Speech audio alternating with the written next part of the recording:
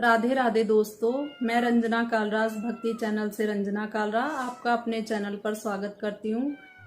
देवोत्थान एकादशी हिंदू पंचांग के अंतर्गत प्रत्येक माह की 11वीं तिथि को एकादशी कहा जाता है। एकादशी को भगवान विष्णु को समर्पित तिथि माना जाता है।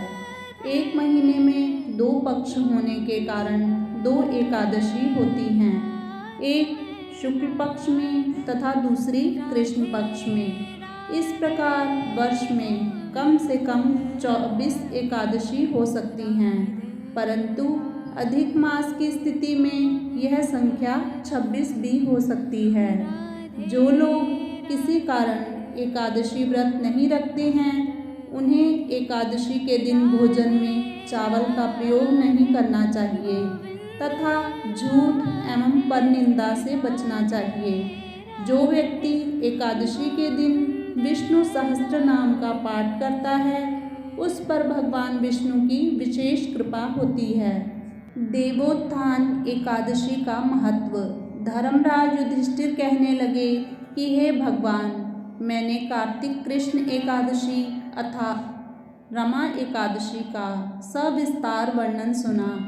अब आप कृपा करके मुझे कार्तिक माह के शुक्ल पक्ष की एकादशी के विषय में भी बतलाइए।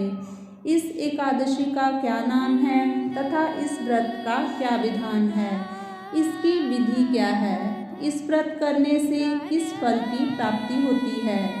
कृपया यह सब विधान पूर्वक कहिए।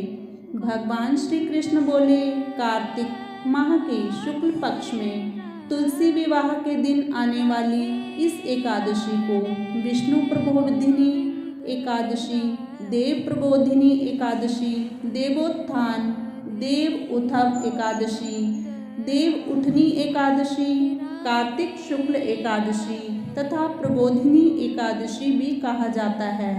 यह बड़े बड़े पापों का नाश करने वाली है। इसका महात्म्य मैं तुमसे कहता हूँ, ध्यान पूर्वक सुनो। देवोत्थान एकादशी व्रत कथा। एक राजा के राज्य में सभी लोग एकादशी का व्रत रखते थे। प्रजा तथा नौकर चाकरों से लेकर पशुओं तक को एकादशी के दिन अन्न नहीं दिया जाता था। एक दिन किसी दूसरे राज्य का एक व्यक्ति राजा के पास आकर बोला, महाराज कृपा करके मुझे नौकरी पर रख लें।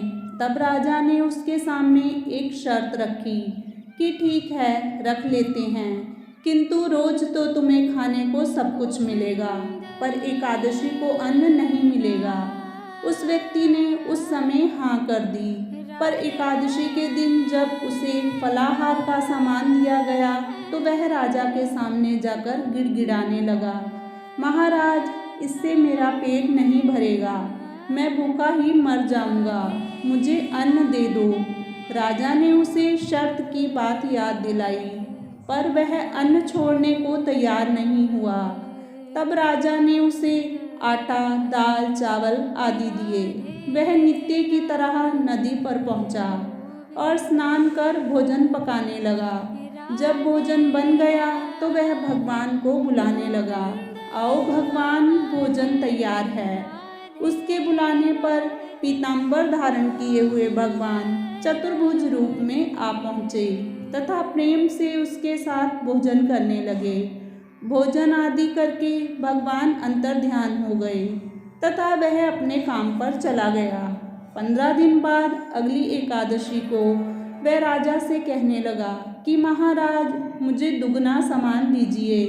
उस दिन तो मैं भूखा ही रह गया। राजा ने कारण पूछा तो उसने बताया कि हमारे साथ भगवान भी खाते हैं, इसलिए हम दोनों के लिए सामान पूरा नहीं होता। यह सुनकर राजा को बड़ा आश्चर्य हुआ। वह बोला, मैं नहीं मान सकता कि भगवान तुम्हारे साथ खाते हैं। मैं तो इतना व्रत रखता हूँ, पूजा करता हूँ, पर भगवान ने मुझे कभी दर्शन नहीं दिए।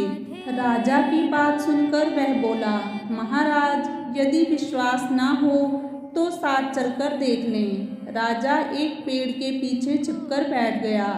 उस व्यक्ति ने भोजन बनाया तथा भगवान को शाम तक पुकारता रहा, परंतु भगवान ना आए। अंत में उसने कहा, हे भगवान, यदि आप नहीं आए तो मैं नदी में कूदकर प्राण त्याग दूंगा। लेकिन भगवान नहीं आए। तब वह प्राण त्यागने के उद्देश्य से नदी की तरफ बढ़ा। प्राण त्यागने का उसका दृढ़ इरादा जानकर शीघ्र ही भगवान ने प्रकट होकर उसे रोक लिया और साथ बैठकर भोजन करने लगे। खा पीकर वे तो उसे अपने विमान में बिठाकर अपने धाम ले गए। यह देखकर राजा ने सोचा कि व्रत उपवास से तब तक कोई फायदा नहीं होता जब तक मन शुद्ध ना हो। इससे राजा को ज्ञान मिला।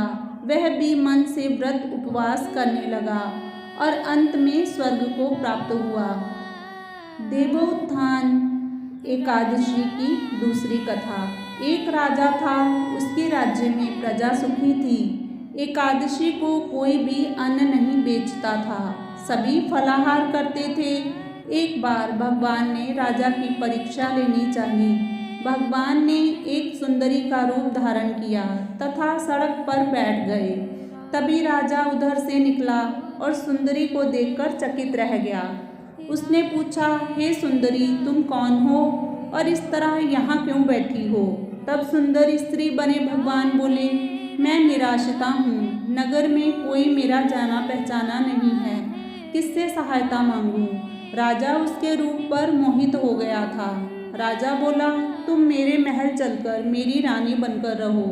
सुंदरी बोली, मैं तुम्हारी बात मानूंगी, पर तुम्हें राज्य का अधिकार मुझे सौंपना होगा।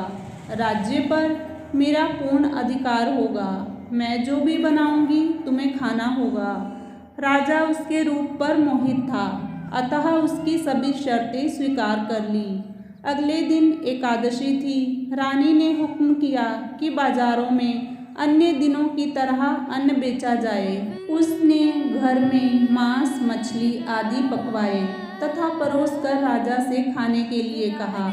यह देखकर राजा बोला, रानी, आज एकादशी है, मैं तो केवल फलाहार ही करूँगा।